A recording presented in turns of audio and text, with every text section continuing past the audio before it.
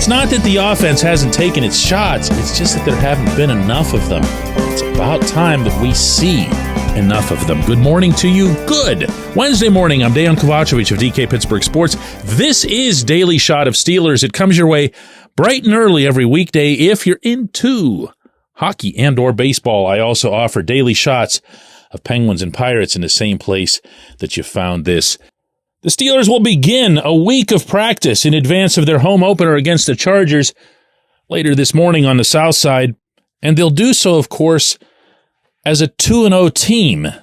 So, as I've been saying since Atlanta, and now especially since Denver, you'll take your smaller L's along the way as long as all that's going into the standings are W's. And one of those L's, actually probably the biggest if you think about it, is that the Steelers have only put together one touchdown. That being the nice little flick from Justin Fields to Darnell Washington against the Broncos. And that obviously won't cut it. But the way to answer that, the way to address that, especially after the comparatively awful second half that the Steelers had, is to fine-tune the whole thing. And one way, one very big way for the Steelers to do that, in my view, is to go big, think big, throw big. And this, I think, is where the dialogue on this can get a little bit confusing because it sounds contradictory. No quarterback in the NFL has made fewer throws past the sticks than Fields has, only 12 of them. So your reflex there is to say, well, he's just not very good at that, except that we all have eyes. And we can see that he's more than good at it. Because out of those 12 throws, he's completed 8 of them for 139 yards, and, by the way, that touchdown to Mount Washington. So, in reality, he's completed 2/3 of all such passes, albeit within a small sample size. That's still really, really good. And you really should be doing more of it, especially when your opponent, meaning the Broncos in Denver, decide to stack the line, and neither Mike Tomlin nor Arthur Smith adequately adjusted to that. So, Tomlin was asked yesterday at his press conference both about Fields' ability to throw downfield as well as his apparent ability to figure out when it's not a great time to do that, when it's better to just tuck it away. This was the response that covered really all of this. That's not only reflective of his capabilities and mindset. That's probably reflective of our mindset as a collective. We want to be aggressive in terms of going downfield, but we also want to be prudent because incomplete passes and things of that nature get you behind the sticks. And we've been in hostile environments through 2 weeks that we wanted to minimize. It's important, guys, in September that you avoid third and long, particularly if your first two games are on the road. And so, We have been really thoughtful and intentional about our approach to business through the first 2 weeks because of environmental reasons and our lack of collective development and the number of young people that we've had in some significant positions like center and left guard and so forth. I accept that. I accept all of that. And part of the reason for that is, and I've shared this with you countless times, this coach is looking for a way to go into a stadium, get a W, and get out of the stadium.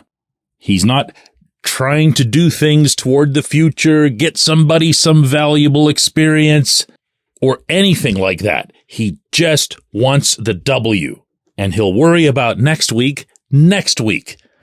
My belief over the years has been that this has hurt the Steelers, because they haven't necessarily gotten better once December's come around, and even when they have gotten into the playoffs, they've squeaked in, and they haven't been at their best. And then, more often than not, they get beat, and beat pretty badly.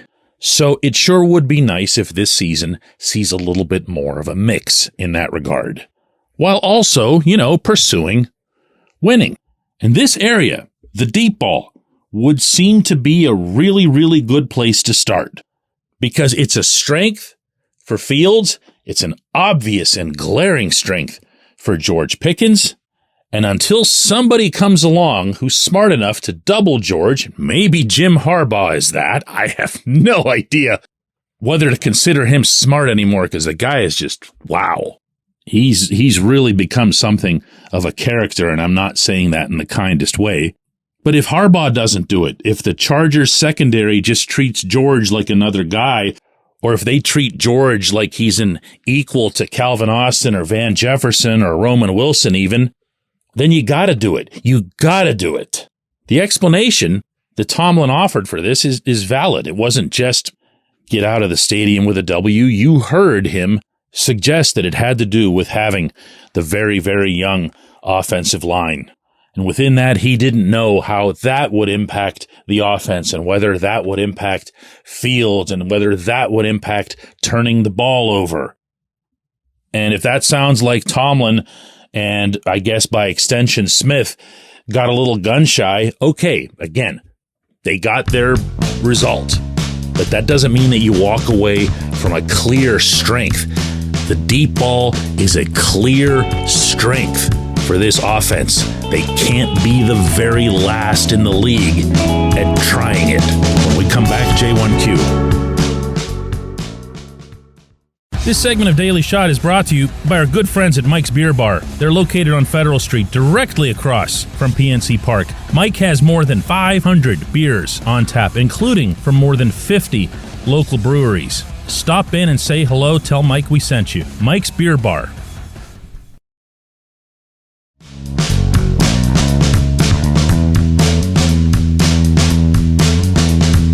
Today's J1Q comes from Jake, who asks, DK, can you please explain to me why the Steelers insist on drafting offensive linemen and then playing them out of their natural positions? Broderick Jones needs to get back to left tackle. What team drafts back-to-back first-round right tackles and then does this?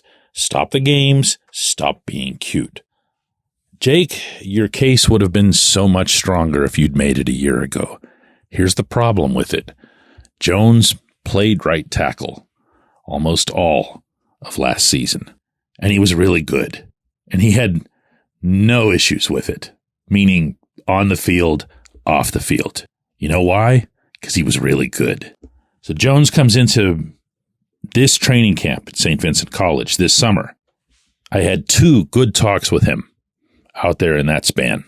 Both times, I kept bringing it up. I kept poking and prodding just to see if there's some little anything, reluctance, hesitancy about being on this side or that side or just sticking to one side. And what I'd get back is a big smile. His eyebrows would go up. He kind of does this thing where he looks around while he's speaking, but in a fun way. And he'd say, man, I just want them to put me out there. I'm good. Believe me, I'm fine. So a couple of things happen to him out there. He starts wearing the elbow brace. He has a rough showing in a preseason game, the one against Greg Rousseau and the Bills, and things start spinning for him and maybe all out spiraling. Then he gets told before the game in Denver that Troy Fautanu is starting in his spot. And as Mike Tomlin, if you were listening very, very closely yesterday, seemed to acknowledge, Jones wasn't all that wild about that, which is not a bad thing. You would not want your first-round pick, who'd been a starter most of the previous season, to say, all right, go get him, Troy. It's just not going to happen. That's not real. So then when he is utilized, he's utilized as something of a, I don't want to say spare part, but you're being put out there to spell the starter. And Tomlin acknowledged that yesterday, too. He was really worried, genuinely worried about Fautanu taking too many snaps right away in his first NFL start and doing so in 89-degree heat and high altitude. Tomlin actually used the phrase that he was holding his breath in regards to how Fautanu would hold up. Doubly so once he benched Jones after those 3 holding penalties. So here's what I've got for you, Jake. I'm not laying this one on the coaches. I'm not laying this one on Tomlin. I'm not laying this one on Pat Meyer. Not after the stuff that our staff at DK Pittsburgh Sports picked up while out in Denver about how disappointed the coaching staff has been in a general way with Jones' level of preparedness, with his level of effort in practices of late. I'm not looking at the coaches for that. I'm definitely not looking at a positional switch from one side to the other at tackle when we saw the kid over a really sustained span of time do quite well at right tackle.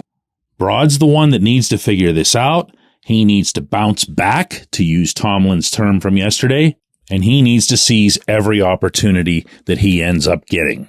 That said, I'm going to reiterate this. If I'm Tomlin, that's Fautanu's job now. It was reflected on the depth chart yesterday, and he needs to get a real chance to keep it against the Chargers. I appreciate the question. It's a fair one. I appreciate everybody listening to Daily Shot of Steelers. We're going to do another one of these tomorrow. We're also going to have a double shot today at 4 p.m.